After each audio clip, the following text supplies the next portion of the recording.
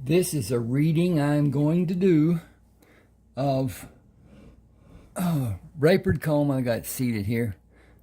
Civil War veteran.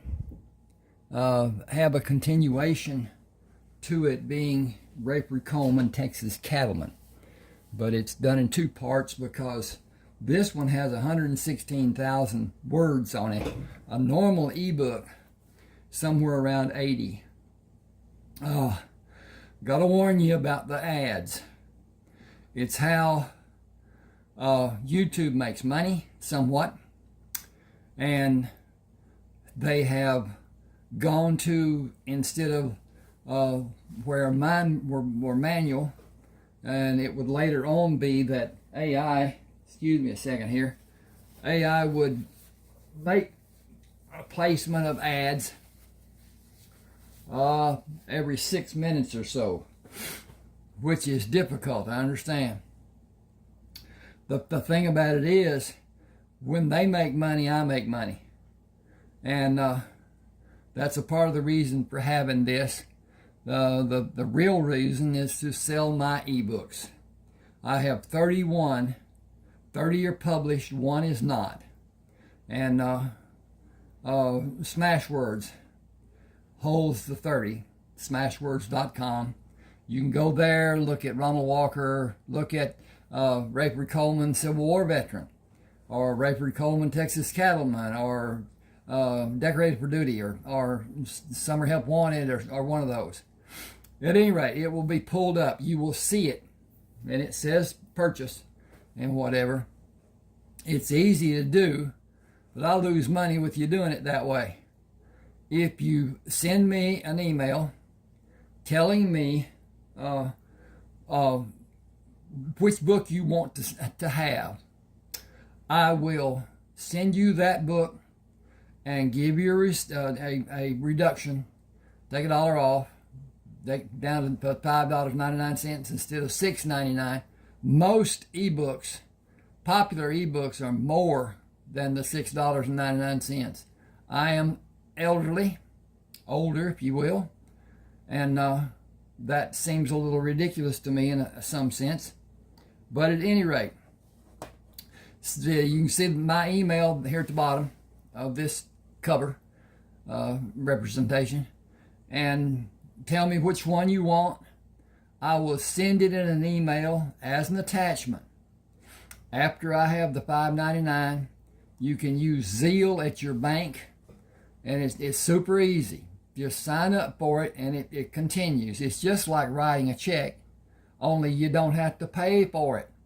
And I understand most banks now are charging for printing checks, which I don't really understand because we used to get them and whatever. But anyway, please subscribe to my channel and hit the like button. That helps so much with the AI search that is done by YouTube. And it's one of those things. This is about Rayford Coleman, Civil War life and after. Also contains portions of Carlton Brisbane, which I wrote about Carlton Brisbane in Decorated for Duty. It goes on about his life. He was raised as a Quaker, and they are pacifist, and he was shunned by the community when he joined the army to protect his fellow man, and he felt it his duty. We all do, I guess, to some degree. I was in the Navy. At any rate, do hit that like button. Subscribe and hit the like button. Your subscription does not have anything to do with your computer. It is only on YouTube page. And it doesn't bother, it doesn't slow down, there's no problem as far as the subscription goes. You can have thousands of subscriptions, and it will not slow anything. At any rate, if I think about anything going on through this, I will talk about it. There were, with this, I took a little license. There were men, let's back up here a minute. The supplies that the Confederates had were always diminished. They were never what they really needed. and sometimes didn't get anything, whatever. At any rate, toward the end of the war, the conflict, the Confederates didn't have enough powder to load their guns, and they were mostly flintlocks, mostly you get as much harm to you as you might do to somebody you're trying to shoot. Burn your hand, burn your face, whatever. The old gunners for the Navy were all burnt because they were near where the firing was going on, and when the flame and whatever came out of that fuse hole, when it blew up, they caught part of it. And so they looked burnt, and they were. At any rate, I'm going to start here. This is chapter 1. It's going to be lengthy because that's what people have asked for. They want to be able to stand and prepare food, wash dishes, do whatever they're doing, and work on the car, whatever, and listen to it being read. So here it is, but they want longer. I've been doing 35, 40 minutes or whatever because YouTube has a restriction on length of videos to some degree, but I don't know what they are and don't have a way to find out. Hold on to it. Whatever. This is starting near the end of the conflict, as General Grant called it. At any rate, here we go. Charge, came the order from Major Collier. Carlton Brisbane held his position. Wait. Not everyone goes in the first wave. Hold your position to the count of 10 and do as we were ordered. Do what we practiced and run in a bent position and do a belly flop on the ground when you're close enough to engage. Be a small target and bring your wrath down on the Confederate line. If you raise your rifle into the air to reload, you will tell the Rebs where your position is. Load your rifle with it flat on the ground or as close to the ground as you can manage. Do not raise it up and do not raise your head until you are ready to fire. I'm going to change this. Give me a second here. That'd be a better thing not to do. Where is this? Aha, there it is. Okay. Up is extraneous. So I'm going to... Okay, go back. Do not raise it and do not raise your head until you are ready to fire. Find the target with your left cheek on the ground and use your right eye to look for your next target. Breathe. Okay. I'm going to save this. Just a second. And done. Okay. I'm going to interject here. This was Rayford's method of fighting. Indian style, they called it. And it was not done as is most encounters. They stand, and sometimes they move toward each other, which is insane in my way of looking at it. But anyway, our army during the wars that I was familiar with did practically the same thing, but not so much in Vietnam when it became guerrilla warfare that they were fighting, so they became guerrilla warfare anticipationers, and they had a whole lot less people killed that way. It's a shame that we spend so much money, so much effort on finding ways to kill another human being. But that's how it is anyway. Right now we have a conflict with Iran because they are close to making a nuclear bomb. And they are a rogue generation. The whole purpose is to kill non-believers. And it's one of those things. At any rate, where I am. Load your rifle with it flat on the ground or as close to the ground as you can manage. Do not raise it and do not raise your head until you're ready to fire. Find the target with your left cheek on the ground and use your right eye to look for your next target. Breathe in to fill your lungs and raise your rifle to sight it on the target and let part of the air out of your lungs. Hold it and steady the tip end of the rifle while you keep it in line on the target and slowly squeeze the trigger. Let the rifle do the work. Keep your nerve and execute your duty like your life depends on it. Keep your head down and stay small, and you may live to see the end of this day. Stay on the ground until you know it is safe to do anything else. But don't get up right away. Wait to be certain it is safe to move and you cannot see a target to shoot or have someone shoot at you. Men have been killed by men they thought were dead. Think about what you're doing and wrangle your body around to be able to roll away from the battle line to stay out of sight of anyone waiting to have a better shot at you. Roll until you are out of range of their guns. They are short on powder, and the range the bullet they shoot at you will travel is far less than the bullet you will fire at them. He looked at the line of men standing on the opposite side of the open field. We can go now. Do not stand straight up. Bend at your waist and knees and keep low, and stay low until you find a good position to fire from.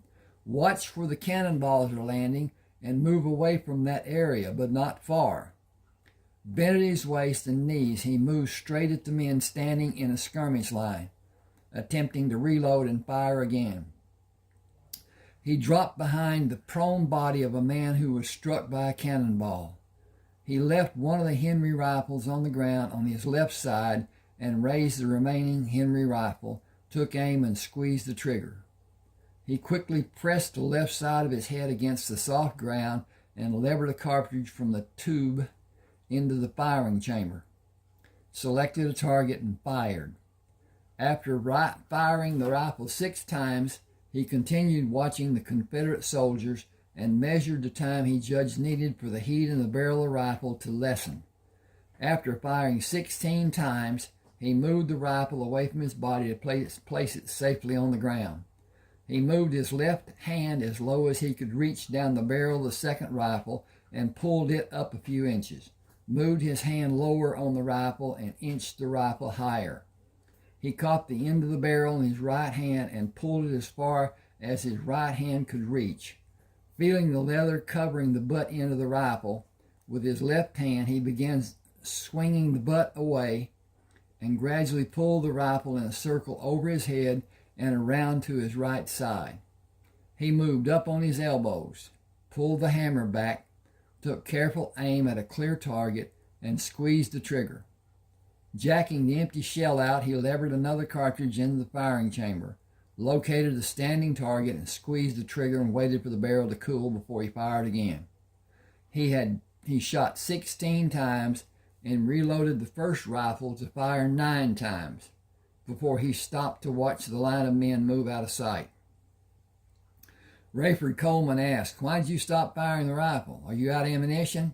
I have enough for both of us." Carlton smiled. "Thankfully, the rebels are retreating." Gathering the spent rounds, he placed them in a leather pouch he kept on his left side and loaded both rifles. The day is over without a winner being declared. We lost men and they lost men. No doubt we will do it again tomorrow. Staying where I am seems to be the best plan for action for the next few minutes. I have been shot in my back 3 times, once in my butt, twice in the back of my left leg because I did not wait as long as I should have. The problem I have is knowing how long is long enough. Crawling on my knees and hands while holding the rifle muzzles to drag the rifles got me shot in my leg and butt. The experiences are not beneficial for the rifles or for me. Sergeant Bennett came to shout at them, "Major Collier wants both of you." Rayford shouted back, "If I'm not getting commotion, it is not worth the effort it takes to go there. You better get your ass over there. You know how bad he can be when he's mad. He can be any way he wants to be. He knows where his bread is buttered.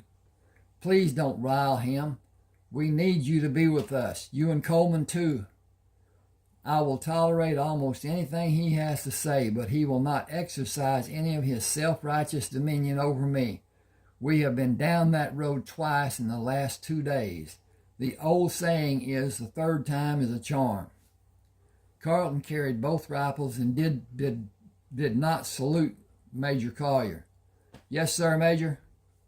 Sergeant Brisbane, you are assigned to the 2nd Battalion Field Hospital. Take Sergeant Coleman with you. I told you to exercise chivalry, and you both disobeyed my orders with your animalistic tactics. I cannot discipline you or Sergeant Coleman, but I can move you out of my command. You are disruptive men. When you are reassigned, make sure it is not coming back under my command. Yes, sir. Thank you, sir. Rayford turned sharply and marched away from Major Collier with Carlton beside him. I intend to use the tactics I've been using, and no one will get me killed by having me stand as a target to be shot. General McClellan was as bad as every officer we had commanded us. Wait a minute. General McClellan was as bad as every officer we had command us. So sure, that could not be commanded. Who? Possibly. Okay. War is not gentlemanly. It is not courteous or chivalrous. It is stupid for anyone to believe. That is stupid for anyone to believe. Carlton remained grim. What is even more stupid is working under a doctor in another field hospital.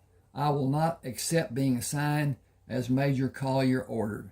I am going to see General Grant. Get your gear, find him out, and come with me. This day will be an awakening or disaster according to what General Grant wants it to be. If he offers a drink, take it and wait to follow what he does. It will be a test. Do as he does, and the verdict of the test will be in your favor. I think I need a comma there. Let's see what it says. It says, no, do as he do. Oh, they stopped when 2 soldiers blocked the road. What is your business, Sergeant? Administration duties for General Grant. He is in the big tent in the center of the camp. The soldiers watched Carlton and Rayford ride toward the encampment. You did not follow instructions. I know those men, Sergeant Brisbane and Sergeant Coleman. What are they that you would disobey orders? Decorated men looking for a sit-down with General Grant. Are you brave enough to ask to see him? I am not brave enough to do more than salute and keep my eyes front and center when I meet him or anyone on his staff. That position may serve you well. They will be welcomed to his tent and probably enjoy a private meal with the general. We will be standing duty and wondering what kind of weather we're going to see. 2 soldiers took the horses when Carlton and Rayford stopped at the right side of the tent. I do not know how long we will be here. After a few minutes, let them drink. I'll tell you if you need to do more with them. Yes, sir, Sergeant Brisbane. General Grant knows you are here. You can go inside, sir. Thank you. Rayford, we are next in line. I hope it's a party and not a hanging. General Grant sat behind a large desk. Why would it be a hanging, Sergeant Coleman? Disobeying orders, sir.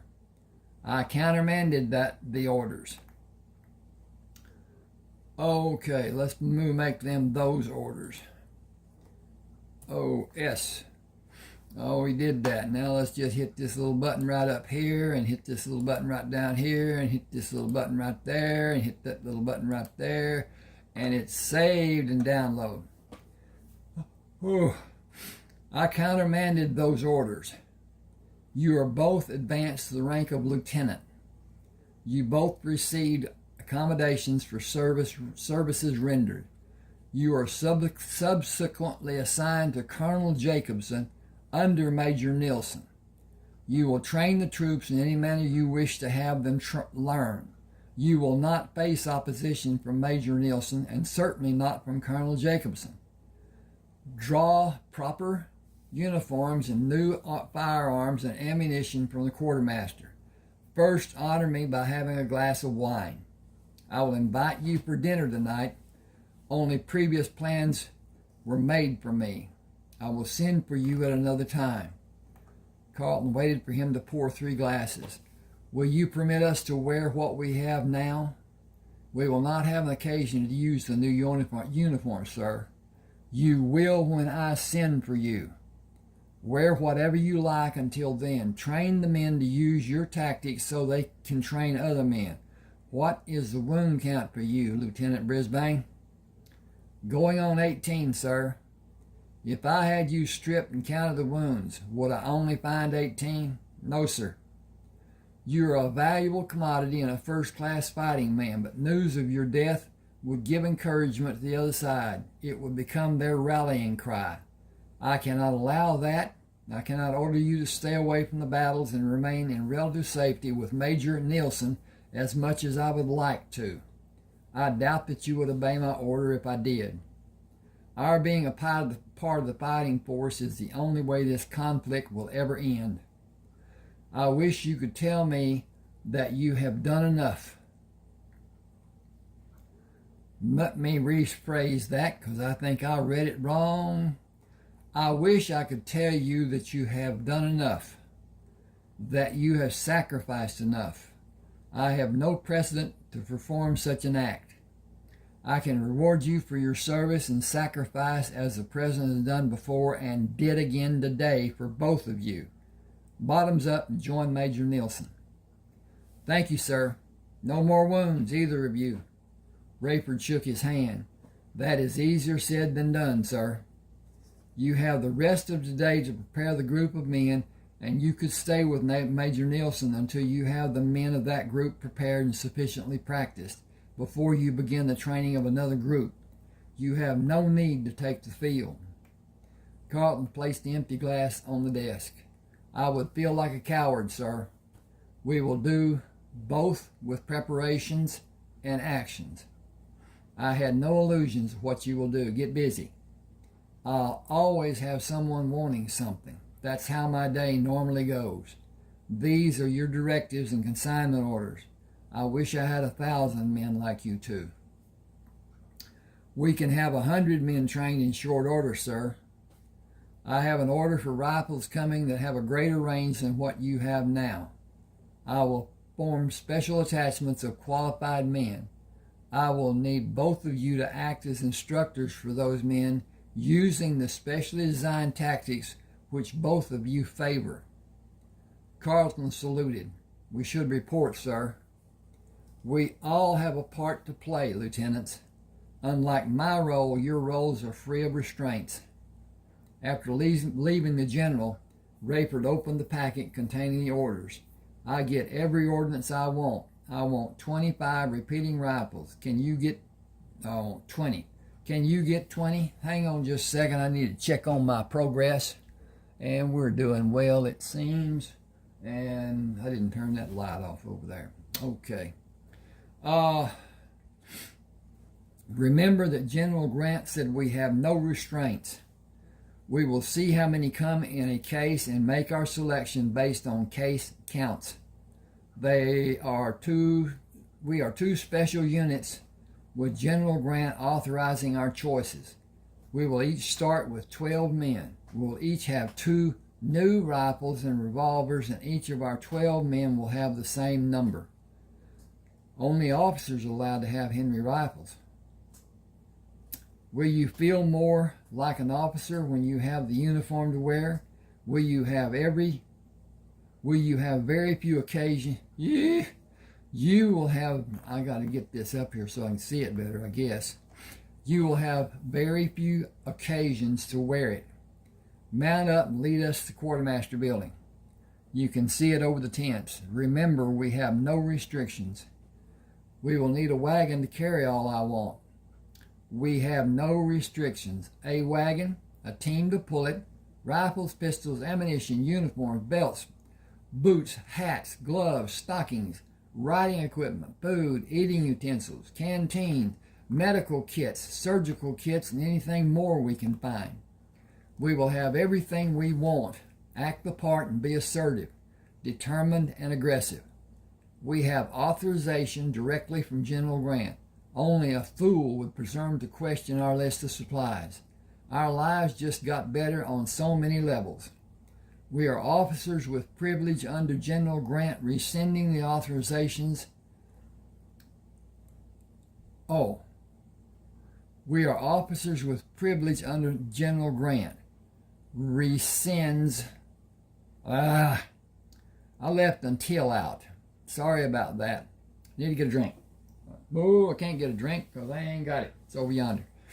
Give me just a second. I need to turn that light out and get the drink coffee. What I'll tell you about the war. The war didn't start because somebody declared. The war started because I can't stop him. Okay, whatever. At any rate, the war started because an agreement between General Beauregard and the commanding officer at Fort Sumter was that there would be no weapons supplied to Fort Sumter. And the first ship that came in did not have weapons of any form that could be seen. One of the following ships, and I don't know the count, one of the following ships had people who were marching with rifles on their shoulder, and cannon were visible. And the South fired, starting the Civil War conflict. It was Lincoln's desire that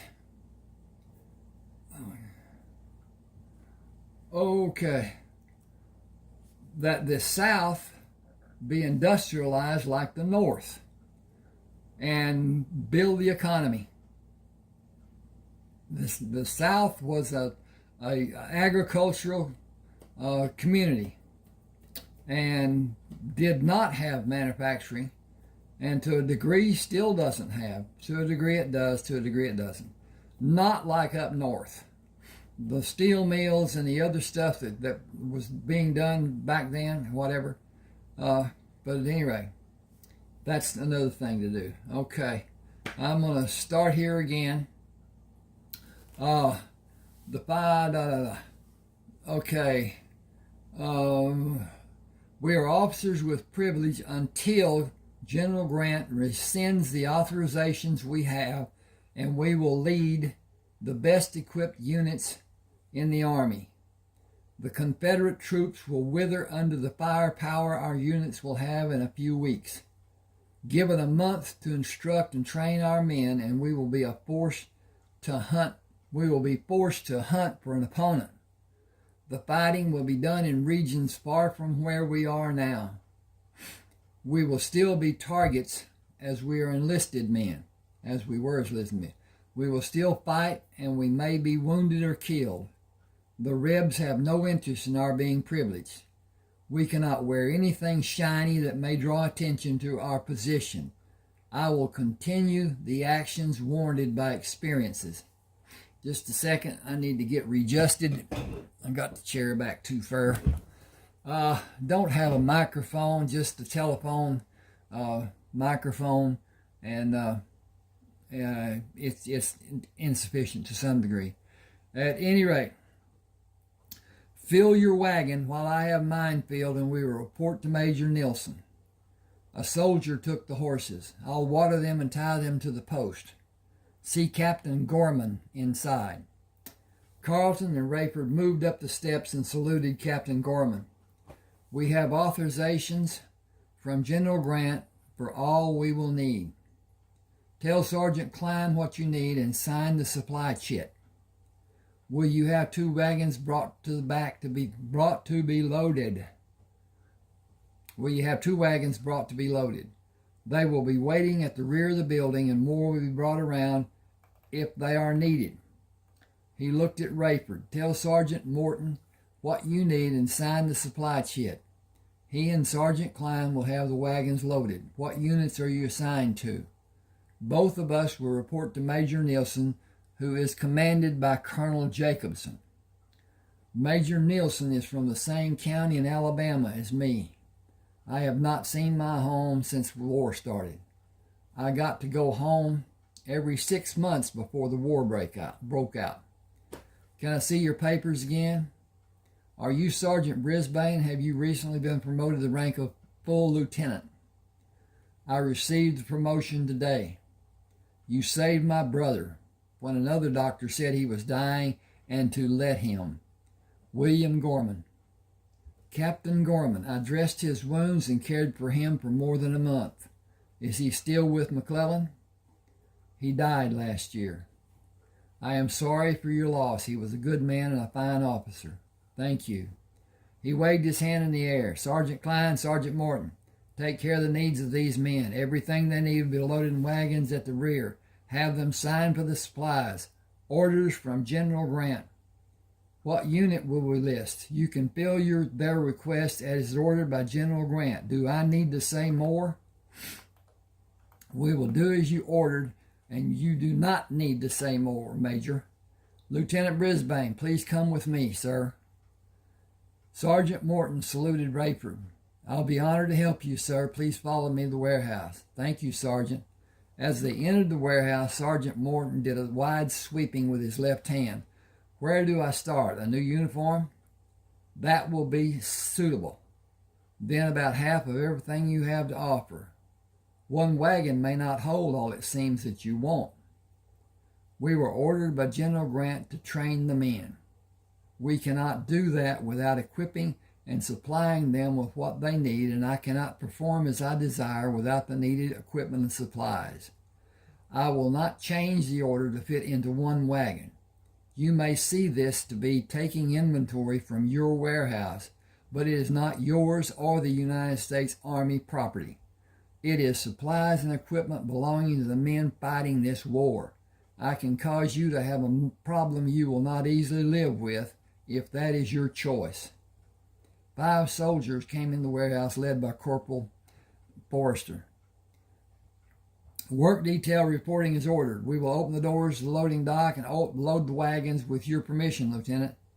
That is the order of the day. Thanks to all of you. I will mention you to General Grant when I see him. He waited for the detail to open the doors. Will you cooperate, or will I find someone who will? I will do as I've been ordered. That will be sufficient. Wear the insignias and uniforms for officers. Carlton walked with Sergeant Klein into the warehouse, followed by 5 men. We should start with the cases of Henry rifles and Colt revolvers, not Springfield rifles. How many rifles are in each case? 12, sir. Put 5 cases in each wagon.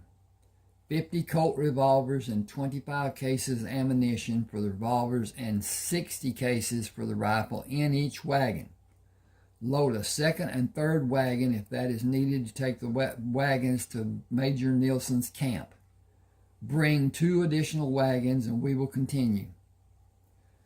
Carlton and Rayford rode horses to lead the 5 wagons. I am following the tracks made by the first set of wagons, as I am not certain where Major Nielsen is located. Captain Gorman told me his camp is 8 miles southwest of the main camp. We are tracking in that general direction. How did your experience fare? I heard part of your conversation before we came into the warehouse. Sergeant Morton was not happy with the prospect of losing a large amount of inventory. We came to a mutual understanding.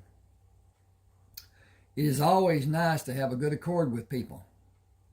His remembering that I will see General Grant sometime in the near future brought about a completely different attitude toward my needs. Rayford stood up in the stirrups. I think that could be just, don't need the up. Okay, let's do this. Ding, ding, ding. Rayford stood in the stirrups. I see the coverings of wagons. We should meet sentries in a few minutes. And that should have, it do. Coming to the crest of a hill, they looked down on a large camp and waved at two men guarding the perimeter of the camp. Easing back on the reins when they came to the guards, Carlton held up his hand to stop the wagons. "I am Lieutenant Brisbane, and this is Lieutenant Coleman. Major Nelson is in the tent with the flag. Report to him, sir." The guards moved to see opposite sides of the wagons and moved back to their original position when the wagons passed by them. "Lieutenant Brisbane has been wounded more times than any man in American history. It is rumored that he has killed more than 1,000 men." "Can one man kill that many?" "When he enlisted, he was carrying his own weapons. Rumor has it that he killed as many as 40 men a day on some days. With all the battles that have happened, it is not beyond reason for him to have killed that many and many more over the last 3 years. It has been said that tomorrow we will face the best soldiers the Confederacy has. That's the reason General Grant sent so many soldiers to help. The first 6 wagons that come in were loaded with rifles and ammunition. Lord only knows what's in the last 5. The top coverings were lashed down, the rear opening was drawn shut. The teams pulling the wagons were unhitched when the wagons were parked beside the other wagons in an open area west of the camp. Carlton dismounted and gave the reins to the soldier. "Give him water and feed. I believe we will not need our mounts for some time." He looked inside the tent and saluted Major Nelson. "Lieutenant Brisbane reporting for duty, sir." "Come in. Bring Lieutenant Coleman with you. I had a message from General Grant. You and Lieutenant Coleman will instruct our most accurate riflemen in new tactics, such as the American Indians of the Southwest developed." "That is true, sir, to a small degree." "The men are assembled at the wagons. Will you be able to properly indoctrinate them before the evening meal is served?" "How many men are assembled, sir?" 40 men volunteered. You will each have 20 in your squad until you increase the numbers. We brought 120 Henry rifles. More rifles will be needed, but ammunition for the different weapons being used by this complement of men requires separate storage for each caliber. Tomorrow will be a challenge for both sides. A major loss for the South will be turning point. I'm going to put something here. Just give me a second. Let's see where we are. Hang on with me just a second. And there's that. Hit that button. Go down here.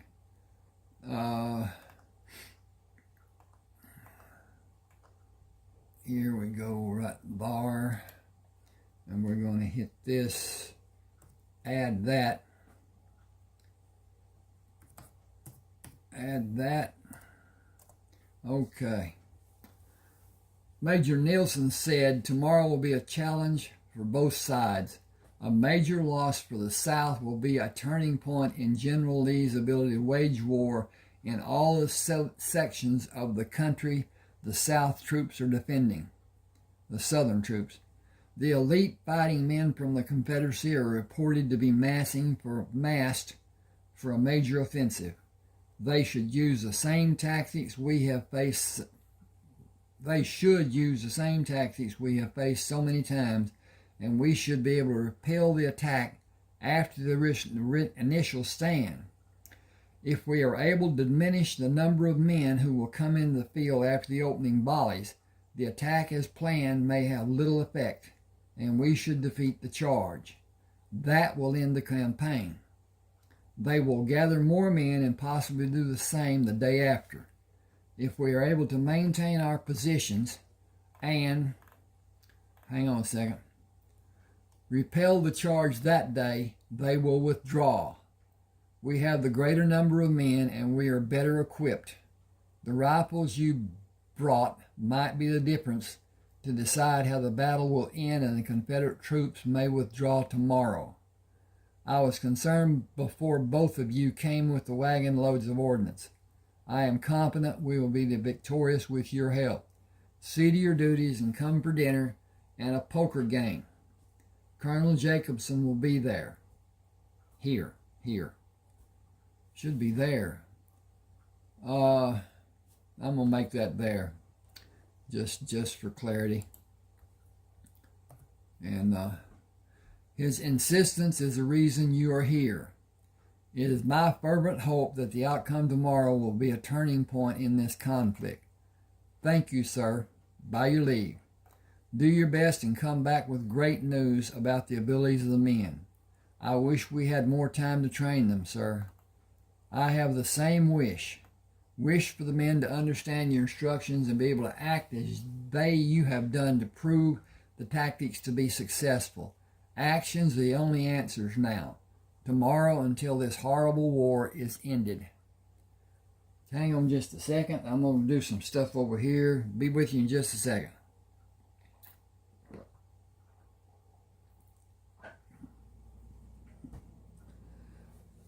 Carlton held the rifle over his head as he entered the clearing.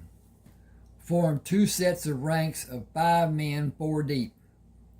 We will begin instructions immediately. We will have no need for names. This exercise is being carried out to teach you a new method of preparing for acting in and accomplishing success in the field tomorrow and the following days. I see I have 23 men and Lieutenant Coleman has 22. Each of you will have rifles issued to you after this exercise. Form 2 circles and give us your complete attention. We will listen to questions after these exercises are completed. We will teach you how to approach the position you will take in the field and how you will manage your actions during the battle. We will act as an example for the actions you should perform tomorrow. Open a space to allow us to enter the field and establish a position to fire from. Your new rifles will hit a target at a greater distance than the opposing men will be able to shoot. We will demonstrate how to calculate a necessary distance after demonstrating what your actions should be. Both Carlton and Rayford moved outside the 2 circles and approached in bent postures. Keep your head down, shoulders forward, bent at your waist and at your knees. Present a target that will be too small at a specified distance for a man to accurately fire his weapon at you. When you reach your desired position, drop into a completely prone position, flat on your chest and thighs with your toes pointed outward from your body. Keep your toes in that position until the skirmish is over. Move from side to side, always facing the enemies as you progress to the firing position. Be the smallest target that you possibly can. Carry your rifle in one hand with the muzzle pointed at the position you will take, and when you start to fall on the ground, drop the rifle to place your hands on the ground. Turn your face to have your cheek on the ground and locate the rifle. Rub dirt on your forehead and face before you begin your approach to your firing position. With your cheek on the ground, apply dirt again and pull the rifle towards you. It will have a cartridge in the chamber.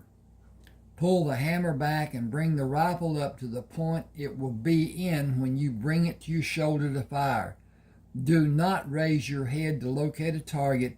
Just move it along the ground to see with your right eye if you're right-handed. If you're left-handed dominant, you will have a choice to make. Live or die.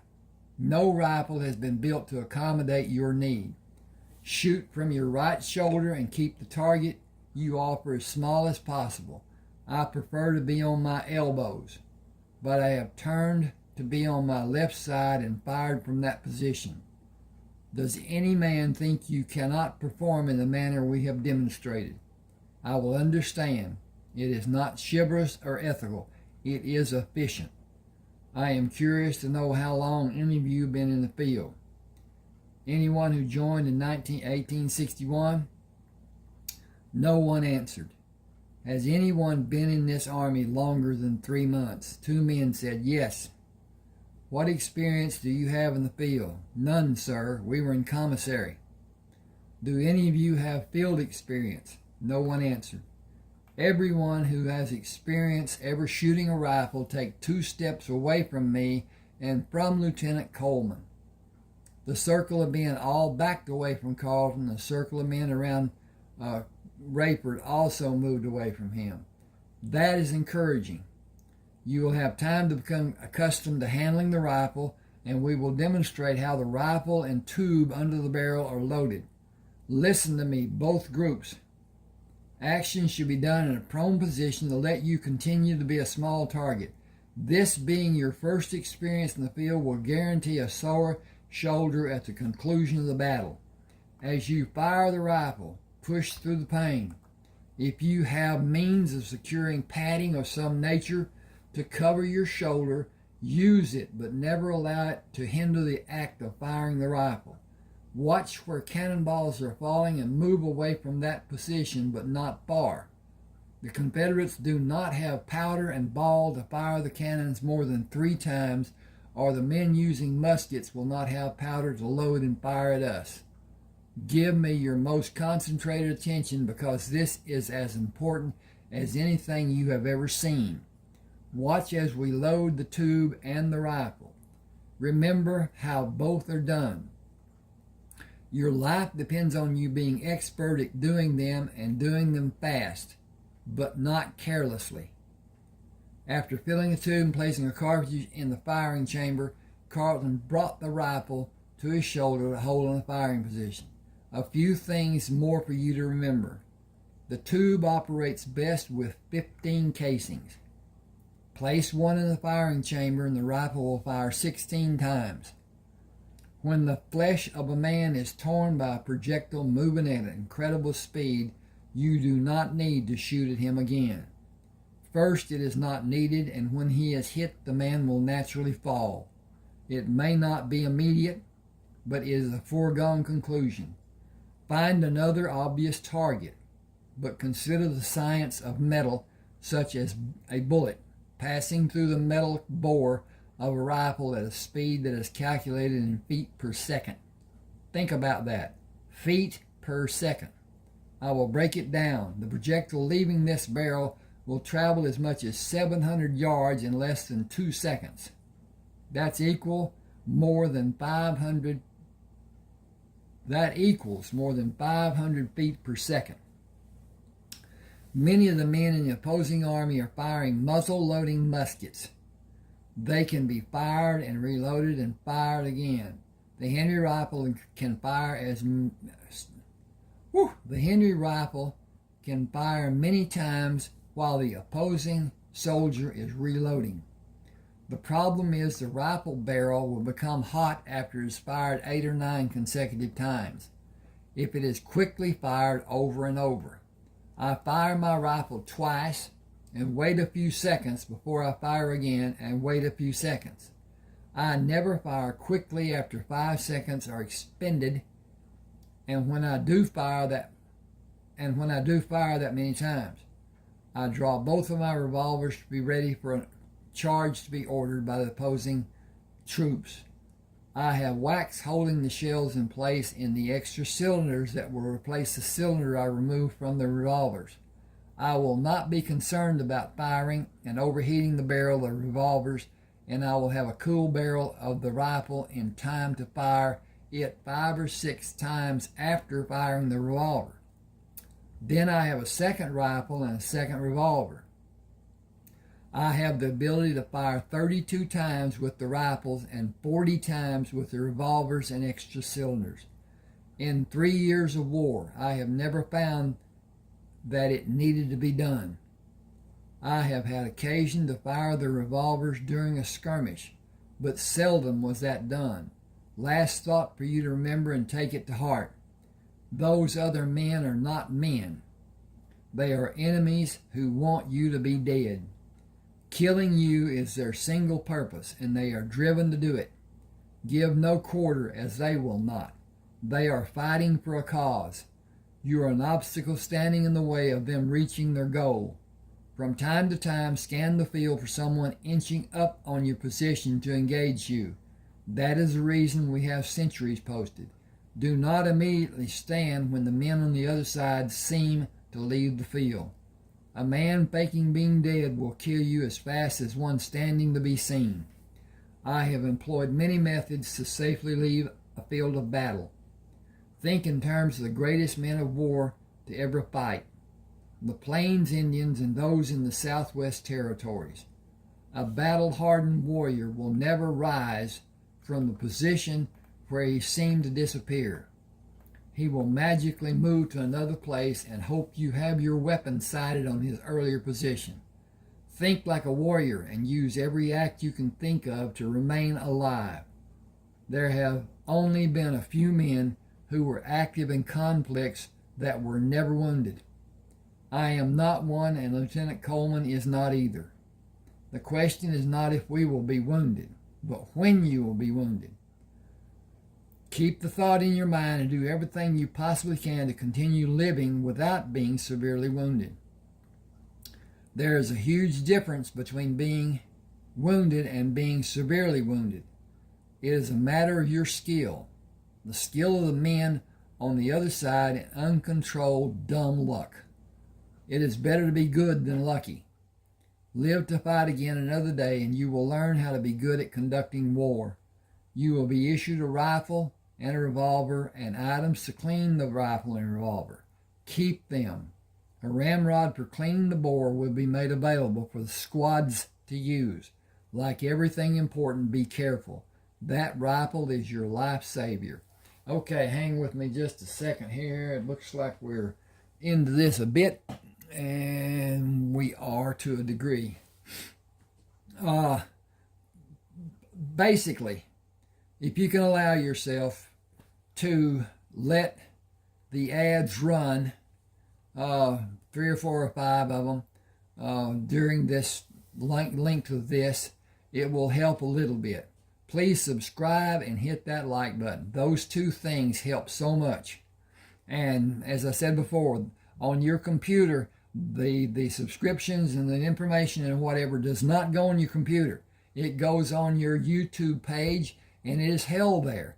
It does not affect your computer one iota. It doesn't slow it. It doesn't cram it. It doesn't do anything with it. You can't change your YouTube page on your computer. It's not there. Until you pull it up, it's not applied. So at any rate, I'll continue here. Rayford stood and held the rifle low. You know the basic method we have suggested. Talk about how you will act when you're called to battle. What you can do to stay safe and fight should always be rattling around in your mind. Always look for a better way than what you have been taught. You must each find the comfort of being yourself. Trust your instincts and use good judgment, but first concentrate on being low when you are advancing. If you are shot, hold your hand over the wound to slow the blood flow. Do not raise your voice asking for help. Nobody will come to help until the skirmish is over. Breathe as normally as you can. Keep your heart rate as normal as possible and stay down. If you stand up to get help, you will probably be shot again. He went to the wagon and looked at the table the men brought, along with sheets of paper and writing equipment. Carlton shouted, "Never fight as a pair. Keep a good distance between yourself and other men. Assemble here tomorrow morning after breakfast, and we will give instruction on gauging the accuracy of a projectile traveling 600 or 700 yards. And calculating the distance of where you are and the location of the Confederate troops. Both activities are important for you to be successful." Troy Nugent asked, "Why are you doing this?" "I am not certain what you want to know. Honor and duty is my best answer, but that answer probably does not address your question. I want to see each of you safe and whole after the engagement." Excuse me. I want to be safe and whole. I want this conflict to end and everyone to be safe and whole. I cannot bear the thought of losing. The men in the Confederacy are the same in their expectations of what defeat will mean to the people of the South. It will be devastating, and justice will not be served for the losing side. Federal control is not what this country was built on, but that is the manner of politics. This war is about states having rights of self-determination as the English king declared for the original colonies. I do not agree with the politics, but my home has been threatened. I will sacrifice my life to prevent it. That is the main reason I am doing this. Rayford climbed into the wagon and opened the box with a hammer. I will call out the numbers on each rifle. Someone should write the numbers and the name of the man getting the rifle. Lieutenant Brisbane will dispense what you will need to clean the rifle and the ammunition for the rifle and for a revolver. You will be issued a knife and scabbard and a revolver, belt, and holster before everyone is issued a rifle. Sergeant Brendan stood behind the table holding an ink pen. I am ready, sir. Then we can begin. Call out your name and number, and if you are in my squad or with Lieutenant Brisbane. We need to know those 3 items of information for them to be recorded. Move away when I give you the rifle. Disbursement of the arms was quickly accomplished when Carlton took a rifle, pushed the lever down, and opened the chamber. First, push the rod down the barrel until you are able to see it enter the chamber and slowly pull it out of the barrel. Attach a patch. Dip it in the cleaner and run the rod and patch down the barrel. Run it out and discard the patch. Pull it out. Pull it out and discard the patch. Attach another patch and dip it in the cleaner. Run it down the barrel and pull it out. If the patch is relatively clean, run the rod into the muzzle and begin twisting the rod as you push it down until you can see it in the chamber, and remove it from the rod. Attach a clean patch and reverse the process by slowly pulling the rod up and twist it until it leaves the muzzle. Clean the excessive lubricant from the body of the rifle and the barrel until you are satisfied. This is the single piece of equipment you will have that can save your life. Be absolutely satisfied that you have it in peak operating condition when you take it into a skirmish. Will you be able to show the next man how to clean his rifle while you finish cleaning your rifle? Yes, sir. 6 soldiers came from different locations around the wagon. Sir, I am Sergeant Blevins, assigned to guard the wagons with Trowbridge, Hawkins, Tatum, Stevens, and Rollins. Can we get the new rifles too? Do you have rate as a marksman? I can bark a squirrel at 50 yards. I can put him on the ground while he's still on the limb with a new Henry rifle, sir. We are all skilled marksmen. I have a mission tomorrow. I can use each of you if you're willing to face a cannon crew or more than one. My intention is to eliminate every man who makes an attempt to use the mechanism the Confederates have to launch a cannonball at our troops. Are you accustomed to firing uphill? Take a sight and raise the barrel to compensate. The same is true of distance shooting, except I have specially loaded bullets with maximum amount of powder. They can be dangerous if they are not used within a few hours of being loaded and the projectile is pressed into place.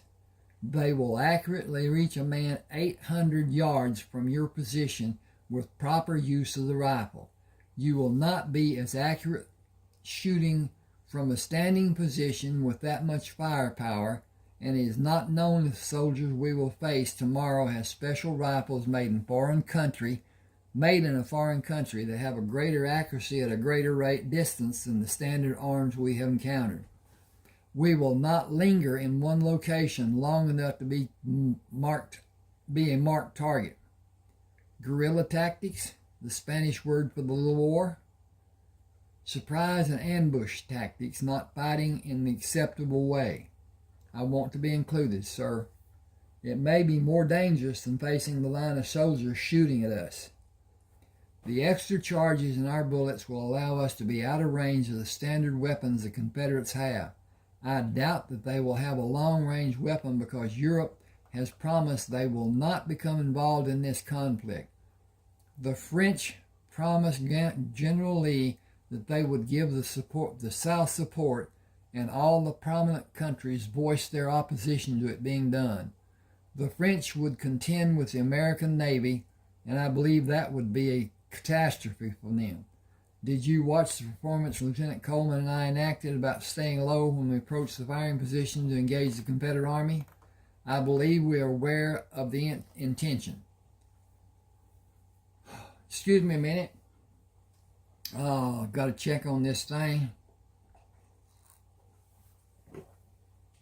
And we are about halfway finished.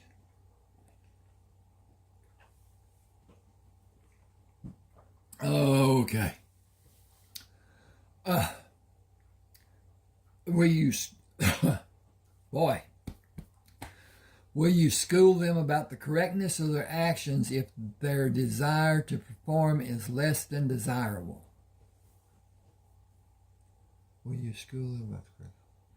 I will make certain they understand the danger of standing upright and allow the Confederates to bring their sights to bear on the outline of their body in sharp contrast to the background. Excuse me. No one should be defiant at the point of acting stupid and suffer a wound or be killed. Secure this area after the disbursement of the arms is finished. Allow no one inside one of the wagons for any reason. The wagons and the contents are protected by order of General Grant. You should allow him access if he comes here.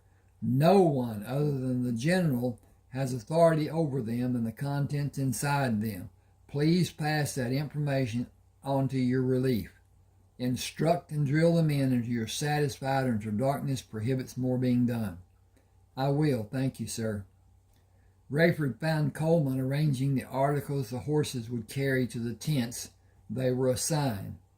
It seems you have the situation well in hand. This is the most difficult activity we will endure during this conflict. It is always a matter of placing something in a different location or elevation than the original position, while the horse patiently waits for the ordeal to be completed. How well versed are you in the card game called poker? Fair. Colonel Jacobson imagines that he is one of the best, and he likes to play pot limit or no limit. He will bet large amounts to make you withdraw if he thinks he detects your weakness. He will often use a smaller bet to allow later increases to the pot size when he believes he will win. With success, he will become obsessed with breaking us. He is not a friendly poker player. Should we take longer to finish the meal? It would only extend the night and diminish the time we have to sleep. The only answer is to beat him or claim to have nothing left for him to take. I like the thought of taking his money. That is what we should try to do after we store our belongings. Rayford gave the soldiers the reins to the horse Carleton rode earlier. Our saddles and bridles are marked. Come with me to Major Nelson's tent. Stay to see if he will need his horse tomorrow morning. He asked for his mount to be delivered after sunrise. We will have an early start and be in the field ready for the Confederate troops to assemble. I believe the noonday sun will see the battle occur when the Confederate troops routed long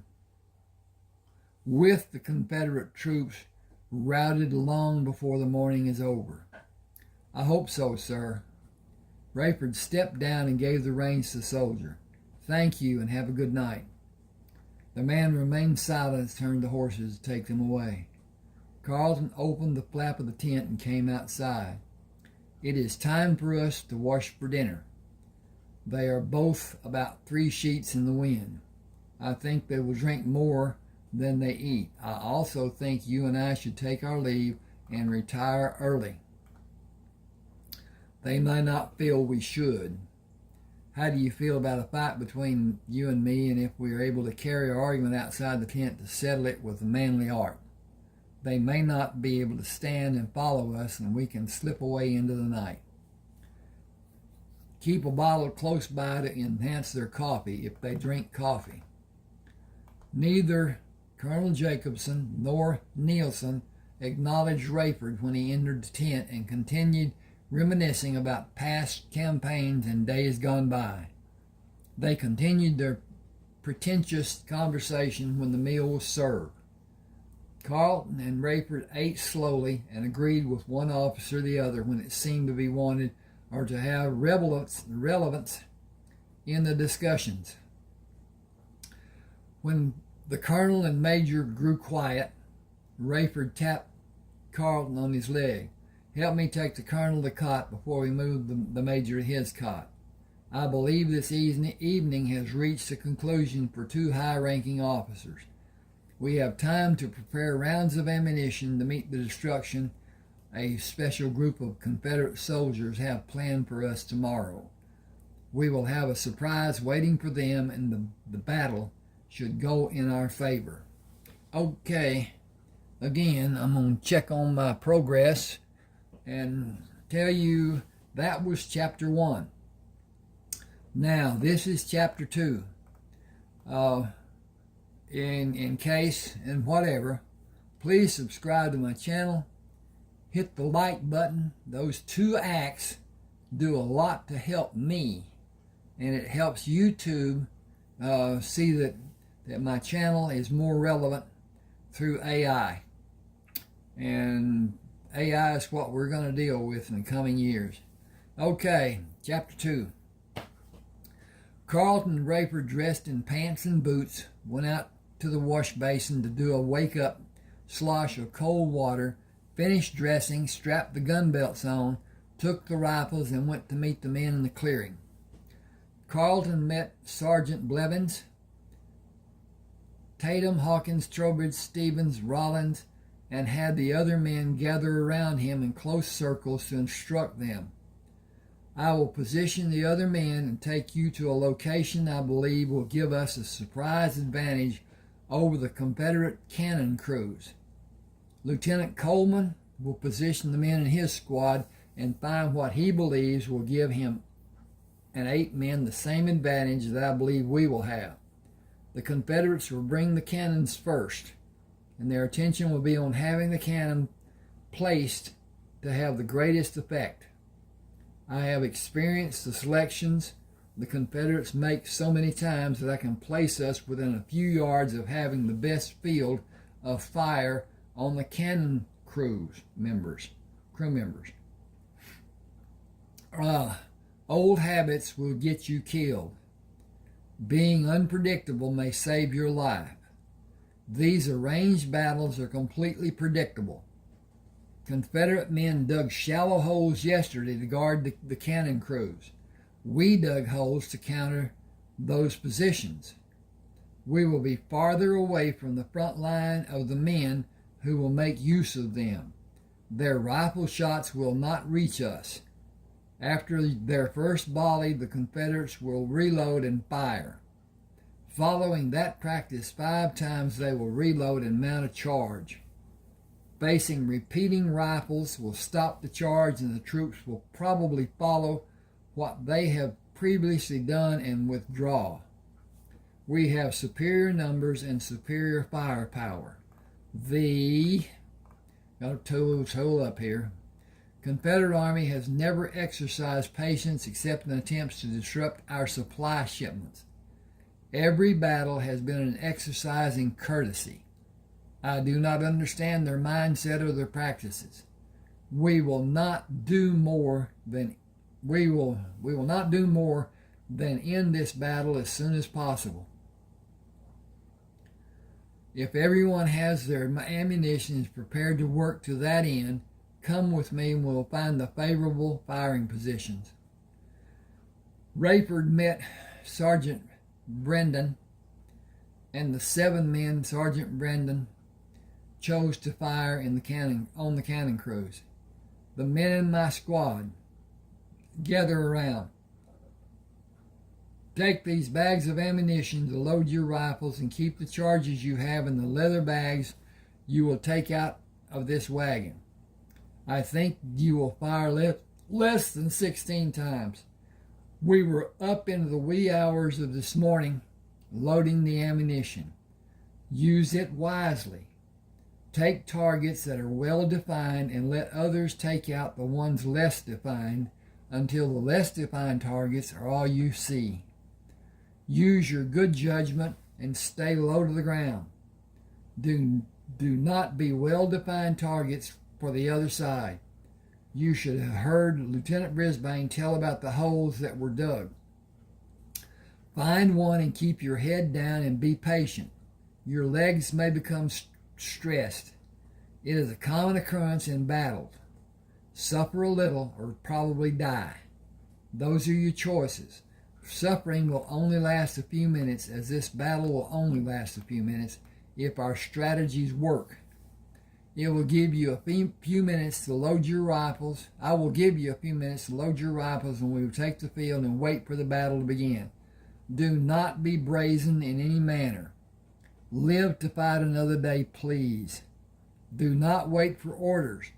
When the firing begins, do your best to end this skirmish quickly with good judgment and considerable patience.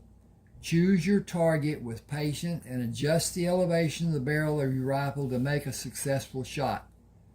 Discretion will come to the wiser veterans in the Confederacy, and their troops will withdraw. Do not move to stand immediately. Wait for the call of all clear. Even if you are wounded, do not stand for any reason. I need to change something here. If I can find the cursor. And there it went. Okay. Dink there, dink there, dink, dink, dink, dink. Leave it there. Okay. Call for help if you're wounded and wait for help to come or when you hear the call of all clear. If you are not wounded, draw your revolver and sweep the area that has men who may be waiting to have a clear shot on an unsuspecting man. Carleton positioned his man left of Rayford to stay within his view and watched the cannon crew pull a cannon backward up a slight rise. Sighting on the closest man pulling on the tongue of the carriage, he squeezed the trigger and brought the barrel down after the recoil to watch the man fall backward. He immediately brought the rifle up to sight on the closest man pulling on the carriage wheel, squeezed the trigger, lowered the barrel, and watched the man fall. He brought the barrel up and watched as a crew of men fell around the cannon, struck by the barrage of Union rifles. The men in the holes fired at the Confederate men who stood with their rifles ready to engage the Union troops. They were not able to find suitable targets. They were cut down where they stood by a fierce barrage of bullets, and the shooting on both sides stopped. Men attempting to move the bodies of the original cannon crews were perfect targets for Carleton and Rayford's men. Another line of men moved to reinforce the position of the fallen Confederate troops. They were immediately eliminated. Men crawled to drag the lifeless bodies away from the two cannons, and the crews of men attempted to move the cannons. They were systematically eliminated. A third line of men moved to take a prone position to fire on the Union troops with a second line kneeling behind them. The noise of both Confederate and Union troops firing was unlike anything Carleton had earlier experienced. He saw Rayford struck by a bullet to the top of his head. He continued firing and was wounded in the upper left quadrant of his chest. He rolled over on his back and opened the pack to take out a sterile pad to apply on the wound and held it in place. One more reported wound and I will be taken out of this war. I wonder where I'll be sent. I saw a piece of Rayford's head fly up when he was shot. No man could survive that kind of wound. Damn. I lost my best friend. The Confederate troops attached ropes to the cannons and pulled them to a safe distance away from the Union soldiers. After movement of the Confederate soldiers was no longer detected, a shout of all clear brought the men carrying stretchers to assist the wounded. Carleton watched as Rayford's limp body was moved onto a stretcher.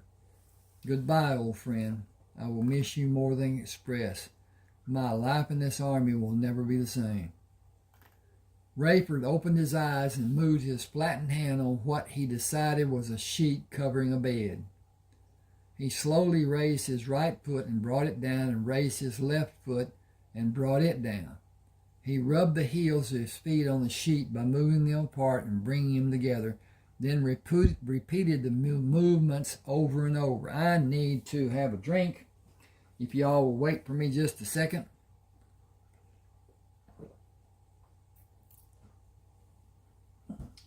Okay. He heard the voice of a woman. I guess you decided to rejoin us. You have been unconscious for 3 days and nights. Can you tell me if you have pain? I am not able to see clearly. Looking up, I can see something that is the color white. Is it the ceiling? Yes, do you want anything? I am thirsty and hungry, and the right side of my head itches. Are my arms tied? You have restraints. You removed the gloves, and the nurse who was sitting with you placed the restraints on your wrist. You have an open head wound that should not be touched. I will notify the doctor that you are conscious. Rayford closed his eyes and listened to her footsteps. She must be a heavy woman, judging by the sound she makes walking. She drags her feet between steps, which is an indication of a short woman. Dr. Thomas McKinney came into the room. I have one question that had me befuddled since they brought you here. What were you wearing on your head? I am certain it saved your life. It is a soccer helmet I got from an Englishman. It was fashioned in the same manner the Plains Indians make a skull cap to anchor the prominent feathers of a full-length headdress. Well, it is badly damaged football helmet now. You can have solid food and liquid, but you cannot raise your head. I will suture the wound in a few days. The scalp was torn, and a furrow in your skull is causing swelling. Once the swelling abates and the skin edges are viable for suturing, I will proceed. You have restraints that can be removed until you feel you will be able to sleep. The wound is moisturized with ointment. A temporary bandage is protecting the wound. It will remain in place until the wound can be sutured. Sutured. I imagine it will be 3 to 4 days before suturing will be possible. Nurse Stanfield told me you were able to see, but your vision is not clear. That is a symptom of a head wound such as yours. Relaxing and closing your eyes will be the best help for the condition to subside and normal vision returns. I have patients who need me. I will check on you tomorrow around this time. The best medicine for your condition is eating healthy food and giving yourself time to recuperate. It will require more time than you will probably want to endure. You will not be able to continue in the Army. You cannot tolerate the repercussions of firearms in the battlefield. You may never be able to. I will stand in the doorway and talk to you. Repeat what I say if you are able. He went to stand in the doorway and spoke softly. Wellington Methodist Hospital. Can you speak a little louder? That was a test of your ability to hear. Your ability may be recovered in time. He abruptly turned and walked down the hall. Give Mr. Coleman anything we have in small portions to determine what he can tolerate tolerate solid food and all the water he is able to drink an hour after he eats. Keep him calm as flat on the bed as possible, with no head movement. I would prefer that he not move at all. That is asking too much from him, I'm certain. Nurse Stanfield brought the tray with dishes and bowls covering it. You have not had solid food since we received you. You have no place to go, and haste will not serve you. I will give you small portions and wait for the signs of rejection or tolerance. It is the only means we have to test if you can tolerate solid food. Why shouldn't I? Open your mouth for lemon custard without meringue. You will have an indication in a few seconds. If you become nauseous, this experiment will be over until late tomorrow. I was encouraged when you said you were hungry. That is a great indication that you will be able to tolerate solid food. How do you feel? Hungry. I will not have a problem keeping food down. You must wait for even the smallest portion. You must not raise your head. The pain you will suffer will tell you not to do that. The apparatus you had on your head deflected the bullet, or your life would have surely been ended. What am I supposed to do when nature calls? As you have been doing, as we have been doing. They are normal processes. But I cannot turn on my side. You will only try once, and wisdom will come to you in a flash of excruciating pain. When will I be able to raise my head? After the sutures are placed, if you do not have pain. That may not be the case for some time after the sutures, possibly 10 days or more. 10 days is an eternity when I cannot move. Without the apparatus your head on you. Excuse me. I gotta take a breath. I hope the persons who asked for this to be done enjoy this. I enjoy this.